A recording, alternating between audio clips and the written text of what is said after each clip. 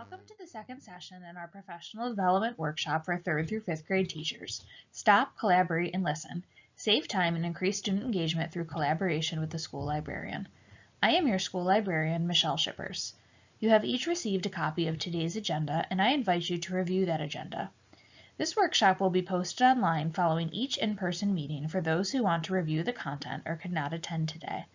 If you are watching the workshop online, you should view the workshop in order since we will build on previously discussed materials. In Workshop 2, we will focus on library resources for collaboration using the library's paid database subscriptions and informational text from the library's physical collection.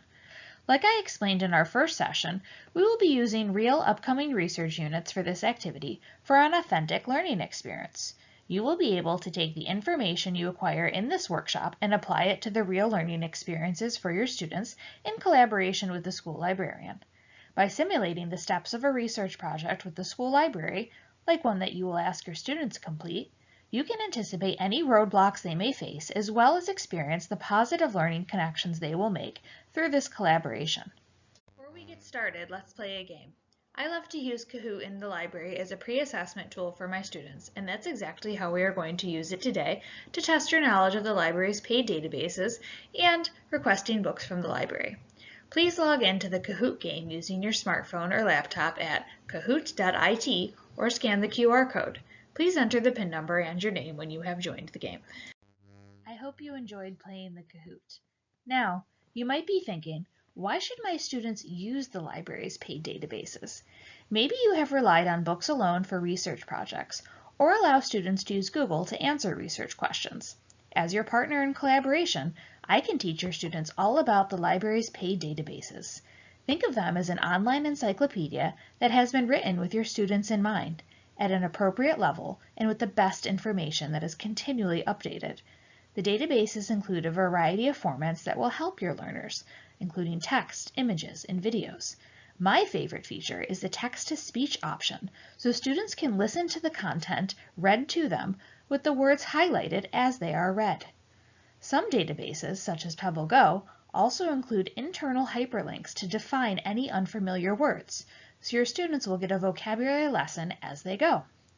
The databases have also been vetted by our district as safe and reliable sources of information. Your students won't hit any firewalls while trying to find information here. Also, unlike what you find on Google, the databases are not ad-driven or ranked in response to algorithms, meaning that the content that they will see is not based on ad dollars or what you have searched previously.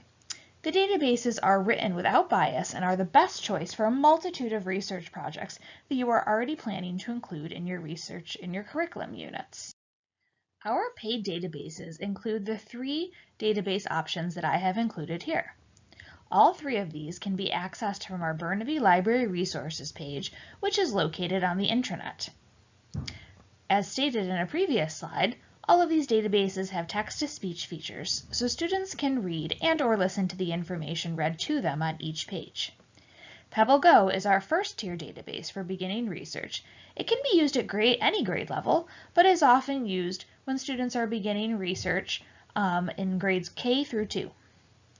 The second level is PebbleGo Next, and then Britannica. These include higher-level content and are primarily used with grades 3 through 5.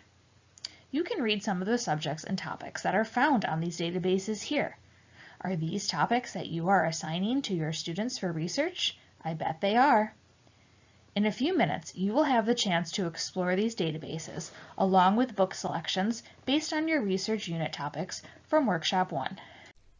It is a great idea to include both databases and books in your students' research projects.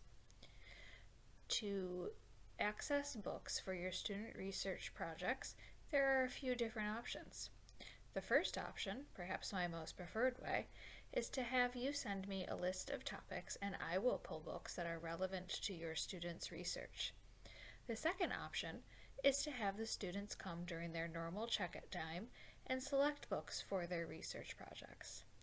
The third option is to search the catalog yourself and place holds for books that your students may want to use. To place holds on the catalog, you will go to our intranet page and click on Destiny, which will bring you to our library catalog.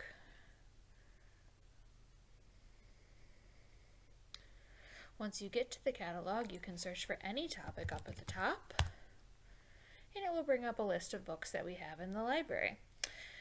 Let's see, so I've got this book on space right here. If I wanted to place a hold for that book, I would click on the title. There will be an option here to place a hold.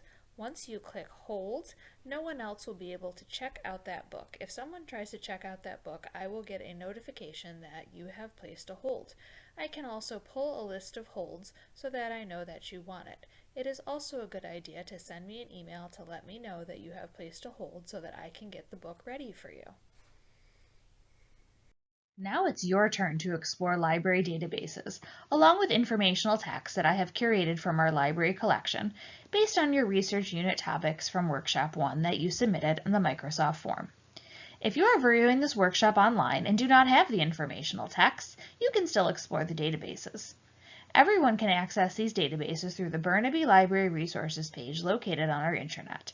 Based on the information sent from our attendees in Workshop 1, I recommend that 3rd grade teachers explore Pebble Go for their unit on animals, 4th grade should explore Pebble Go Next for their unit on U.S. states, and 5th grade should explore Britannica for their unit on natural disasters. Look under Science for natural disasters. Please use the recommended database and curated collection of books related to your topic to fill out a graphic organizer with important words and facts. I will distribute the graphic organizers to you. This is an example of a lesson that I could teach to your students, showing them how to use the databases with informational text for research, and filling out the graphic organizer with their notes. Now that you have had a chance to explore the library databases and informational texts, let's take a few minutes to discuss and reflect on the benefits of using library databases with informational text for research units. How do they complement each other? I'll give you a couple minutes to discuss at your tables, and then we will share some ideas with the group. My hope is that you will see the benefits of using both of these tools in your students' research projects. I look forward to seeing you at our 3rd and final workshop on Tuesday, October 24th from 7:30 to 8:30 a.m. right here in the Burnaby Library. Please bring your laptops and a pen or pencils to that workshop. We will be exploring a presentation tool called Flipgrid that allows you to create videos, as well as work together to write a detailed action plan for collaboration on an upcoming research unit. I look forward to seeing you all at that session.